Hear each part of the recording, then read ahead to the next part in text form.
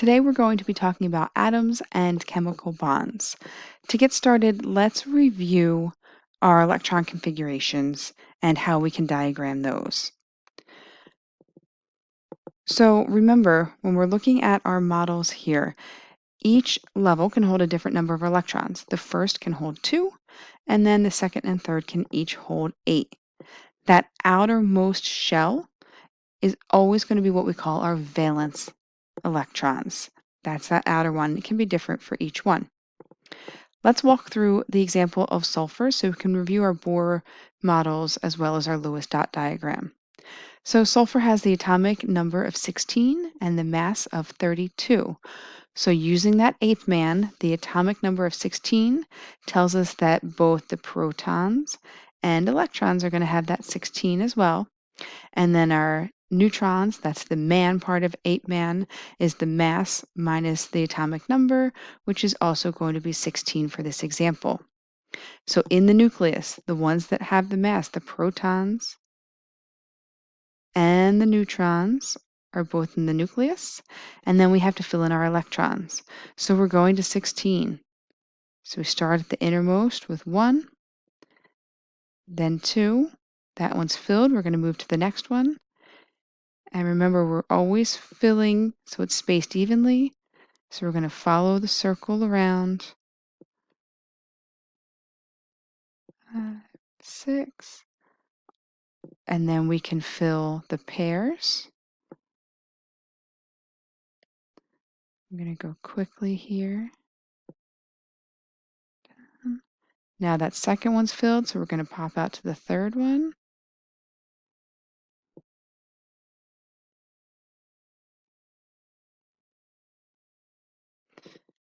14. And once again, now we can start to pair. 15 and 16. Okay, so this is our Bohr model showing all of our electrons for sulfur. The Lewis dot diagram, remember that's just showing us the valence electrons, those outer electrons, not the inner shells that we have. And this is what's going to lead to allowing us to see better those bonds that are forming. So that's what's coming up next. So to set this up, again, only valence electrons. That's why this is important here. So we put our symbol in the middle. We're going to determine the valence electrons. And here's a little hint for you. It's going to match what the group number is using the periodic table. So if you can remember the group numbers that you have, and that's what we're going to follow across the top, then that's going to tell us what our numbers are for our valence electrons. We always start on the right, and then we go around counterclockwise. So you can see lithium has the 1 dot to the right and works its way around. So let's try it with sulfur. So we're looking at the valence electron. So it's just this outer shell. And so we start over here. 1, 2, 3, 4, 5, 6, 7. And that's what we would see for that last one. Oh, I'm sorry. I added one too many. I got too excited with my dots there. This is what we should see for our Lewis dot diagram. I want you to pause the video here and go on and practice the ones on your worksheet, taking you through and then answering those questions. When you're ready, push play to continue.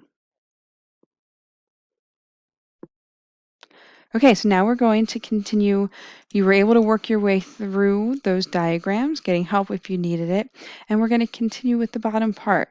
So you should have been able to notice that both our neon and our helium had those filled outer shells. And then looking at lithium, the Li would be the one that's likely to lose electrons, and chlorine would be the one looking to gain. Now we're looking at why they wouldn't want to bond. That's where we're headed next, looking at bonding. So flip behind your periodic table, and I have some quick notes for you on bonds. So when we're talking about the role of an electron in an atom, the electrons are the ones that are the outermost shell. So they're the ones who are getting close enough to be able to interact with other elements. When those energy levels are not filled, then the atoms are going to react because they want them filled. We call this the octet rule. They want to be filled, they want to be stable. It kind of goes back to that whole equilibrium we've been talking about. They want to maintain equilibrium. So, our definition: chemical bonds are the forces that hold together the atoms that make up compounds.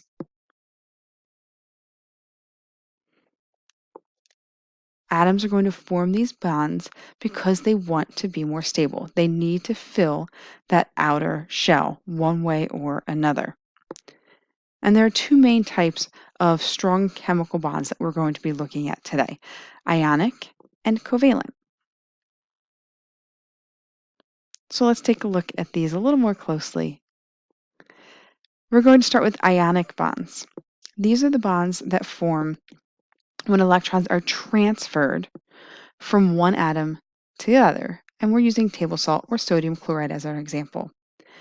So one big thing to remember is these happen between metals and nonmetals. Add that to your notes so you can remember that, between metals and nonmetals.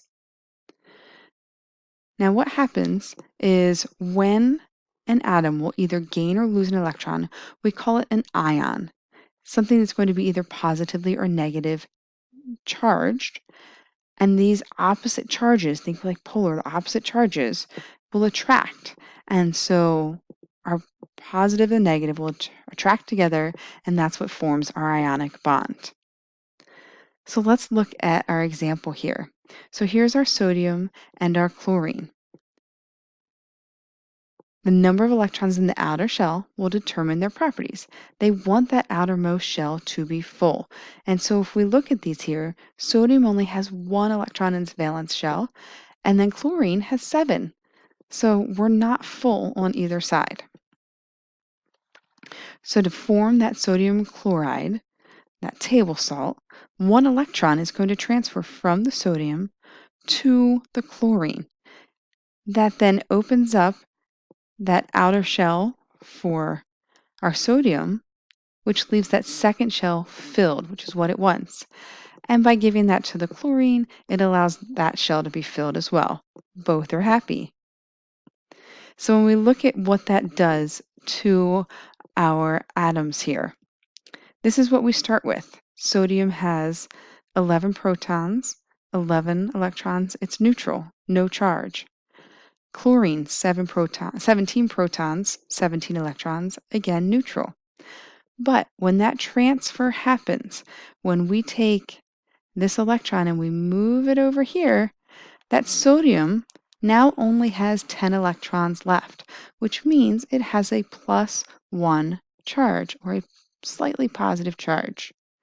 The chlorine is going to then gain that electron, and now it's going to have -18 because they're negatively charged, which gives us an overall net of a -1 charge for our chloride ion. That positive and negative attracts to create the bond. The second type of bonds are covalent bonds, and these are bonds in which the electrons are going to be shared between atoms. And methane is one example. Hydrogen fluoride is there on the side as well for you. These ones occur between nonmetals and nonmetals. Add that to your notes as well. Nonmetals and nonmetals. This is what we see with most of our biological molecules. Now there's two types of covalent bonds: polar and nonpolar. If they're shared equally, it's considered nonpolar. So think about this. These are our molecules. They're sharing equally for that they're nonpolar. I like to think of this as the chocolate cake example. You have this great big slice of chocolate cake, and you're going to share it with your best friend. You love your best friend. You're going to divide it nice and equally in the center, and you're going to share it perfectly down the middle. That's our nonpolar covalent bonds. However, if you have to share your chocolate cake with your little brother or your little sister, okay, you're going to share, but you're going to cut the tiniest little piece for them. So technically you're sharing, but you're going to keep most for you. That's what happens with our polar covalent bonds. one of the atoms attracts the electron more strongly, and so it takes on a little more of a negative charge. And the other side that really doesn't get as much, but is still kind of hanging on, like that little brother or sister, they're going to be slightly positive because they have a little less pull for that. So that's what we can see up here with our water. So with our water, that oxygen is a little bigger. It's going to pull a little bit more, and it's going to take a little more of that negative charge. And then it's going to leave our hydrogens a little more positive. So looking at the two, just so we can be clear, covalent bonds, it's where they're sharing the electrons, and they're sharing them either a little evenly or unevenly to be polar or nonpolar. Ionic is where we're actually transferring the electron over, and then that positive or negative ion, that attraction between the two, is what creates the ionic bond. So our four elements we mentioned the other day that make up the most of our mass of our living things are hydrogen, carbon, nitrogen, or oxygen. You can see here just to get a visual of what they would want to do. These are the open electron spaces for each one of what they would want to fill or lose. So just as a quick refresher, if we look here, would we want to see ionic or covalent? Remember, you can look for metals and nonmetals as our example. So our carbon and our hydrogen are both nonmetals. So we could say this would be covalent. And then we come down to our next one, hydrogen, nitrogen, oxygen. That would be covalent as well. There's different ways we can look at these. You can look at our valence shells here, and you can see our sharing of our electrons here and how our circles are overlapping. Or we can draw the structural formula, and each line represents the bonds. Now, just a quick note here, looking at those polar covalent bonds, that's what's creating our hydrophilic and our hydrophobic because of that polarity in the bonds. So remember, hydrophilic we said is water loving. We also see those with ionic compounds and polar covalent. So like our salts and our sugars and our waters, think all those things that dissolve really well together. Those hydrophobic on the other side, they're water-fearing, and that's because those are those non-polar covalent bonds. They're evenly shared, they don't have a charge one way or another. Things like our oils and our fats and our waxes. They don't want to mix with the water. They don't have that polarity attracting them. So some final definitions for you. Our molecules are when we bond two or more atoms together. And then kind of looking at that a little more specifically are our compounds, and those are two or more different atoms bonded together. And I have some examples for you. So we can say oxygen molecules are molecule examples, or hydrogen. And then when we get to our compounds, that could be the carbon dioxide or the water, or this structure in the middle we're seeing, that's our glucose. We'll be looking at that closer in this unit.